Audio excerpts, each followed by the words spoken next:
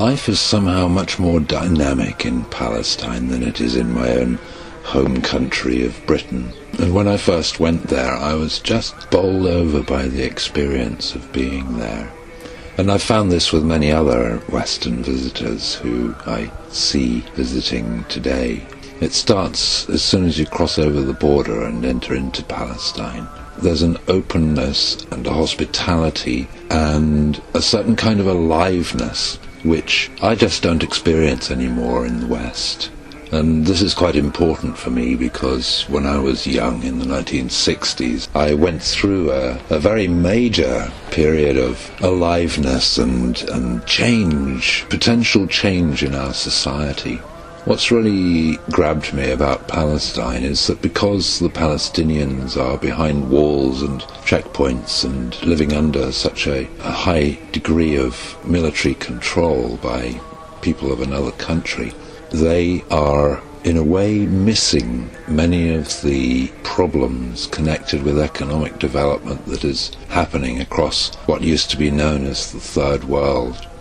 As a result, this gives a certain potential for something new and different in the future, which is quite unique for Palestine. They've had to rely on their own strength and perseverance to get through the last 60 years of ongoing disaster and crisis and sometimes very, very great hardship. And they've developed ways of dealing with this on a social and collective level, particularly through their clans and families, and their social relations. Life isn't in any way perfect there, but there's something rather special which the Palestinians have, which we seem to have lost in my own country.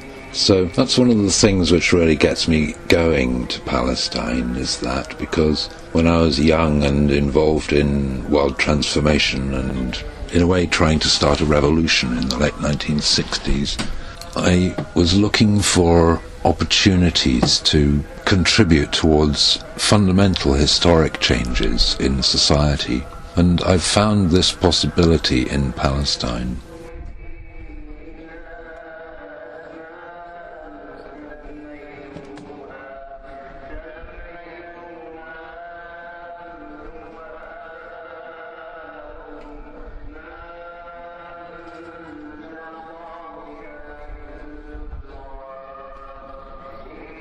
Whether anything actually gets achieved is another matter, and one of the things one has to learn when getting involved in Palestine is not to try to create results. Don't try to create peace. Don't try to create outcomes, because they will get undermined and opposed, and circumstances will come along to just change everything.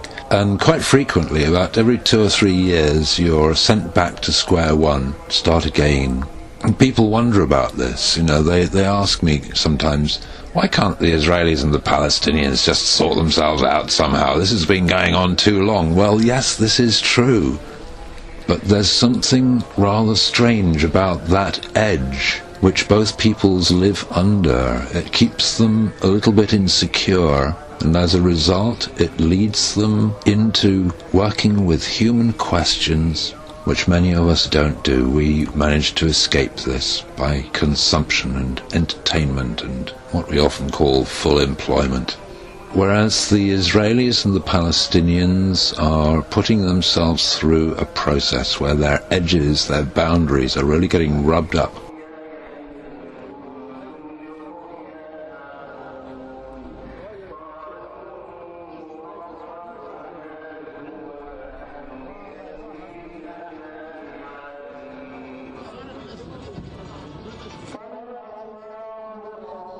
And this, of course, is the historic Holy Land, and there is something about this, that holiness is manifesting in a very 20th and 21st century way here, with this terrible concrete wall that winds across the landscape, and with these soldiers and these atrocities that go on, and the watchtowers and the checkpoints, and the settlements impinging into Palestinian land, and the deep-level administrative and cultural attack that's going on Palestinian society and culture.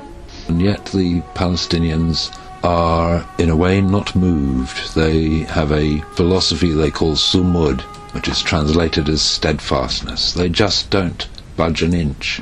And in this, they don't lose, even though they keep on losing. But they haven't gone away, and in another way, they haven't lost, because their society is stronger. You cross over from one side to the other across the separation wall, and you can really notice a difference in the quality of society.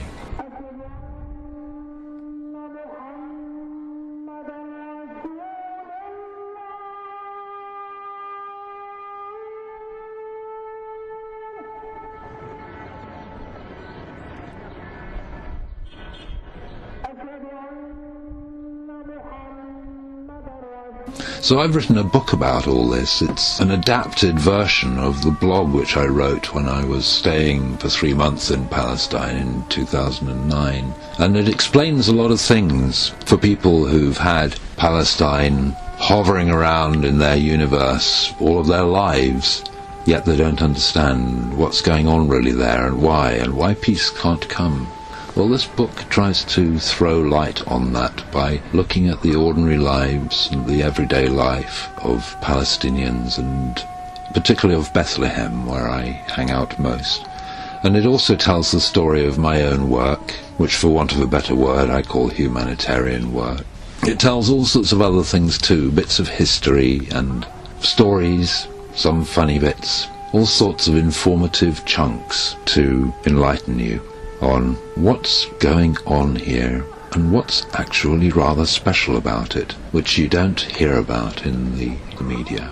So I invite you to either buy or borrow or beg or steal or somehow purloin this book, Pictures of Palestine, to see if you can also get a sense of what's really going on there. And it's easy reading. It's not a heavyweight book. You can read it in bed and on the bus, and it's got lots of short chapters in it which all stand for themselves. So give it a go, and thanks for being with and listening.